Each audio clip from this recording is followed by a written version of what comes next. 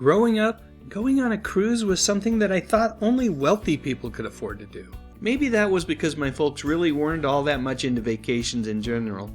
Anyway, because of that belief, I pretty much thought that Vicki Stubing, as played by Jill Whelan on ABC's classic TV show The Love Boat, was the luckiest girl in the world.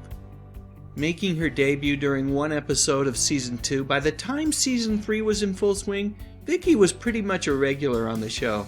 Yep, for a young teenager such as myself, I thought this girl really had it all. She got to travel the world while meeting really interesting people week after week on the show. And her dad was pretty cool too. He was the captain of the Pacific Princess. Although I could have sworn that in another life that guy had been a news writer for the evening news or something like that. Oh well, I must have been wrong. Anyway, you get it right. Every Saturday night, my sister Valerie and I would eagerly anticipate watching The Love Boat and hope that if we were lucky, our folks would let us stay up a bit later and watch Fantasy Island as well. And around the same time as Jill's debut on The Love Boat, she also showed up in this little movie. Holy cow, that was a funny scene, and truth be told, Jill was the best part of it. Of course, my favorite part in the movie has to go to that jive-talking grandma played by Beaver Cleaver's mother, Barbara Billingsley. But that, my friends, is a story for another day. Getting back to Jill and The Love Boat, I kind of feel like we grew up together. Yep, lots of laughs and a tear or two. Love Boat was like that. Mostly funny, but every now and again, it would get you right there, tugging at your heart. I guess that's one of the reasons I like the show so much. So in all, Love Boat ran for 9 seasons on ABC, and during that time, Jill would show up on various TV specials as well. A favorite of mine was when she was on the Battle of Network Stars. I loved all of the events on that show. I really did, but for whatever reason, that darn dunk take event would have me glued to the television. After Love Boat ended, I've got to say that I kind of lost track of Jill. I didn't mean to, I really didn't. But truthfully, I don't believe I was the only one. So what happened? Where did this talented lady go? Well, the answer to that is she really didn't go anywhere for the next decade or so. Jill would make all sorts of appearances on a variety of different shows, along with a Love Boat movie as well as the Robert Urich spin-off Love Boat The Next Wave. But then right around 1998, based on the research that I was able to do, it does appear that Jill decided to step away from acting, at least in front of the camera. She became a producer in Los Angeles and even spent some time teaching acting to kids.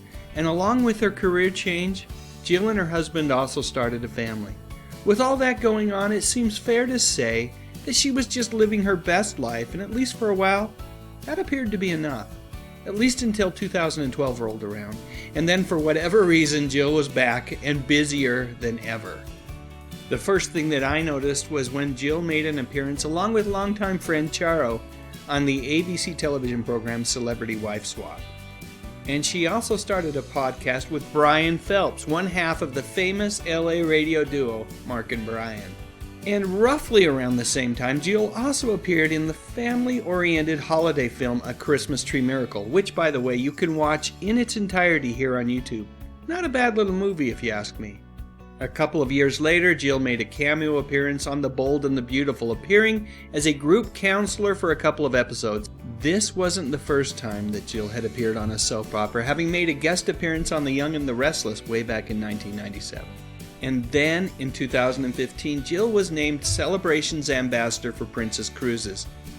Really, if you think about it, this is a match made in heaven.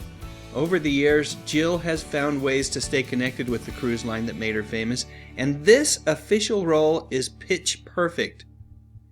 Speaking of celebrations, in 2017, Jill tied the knot for a third time, marrying former Denver Broncos QB Jeff Napple.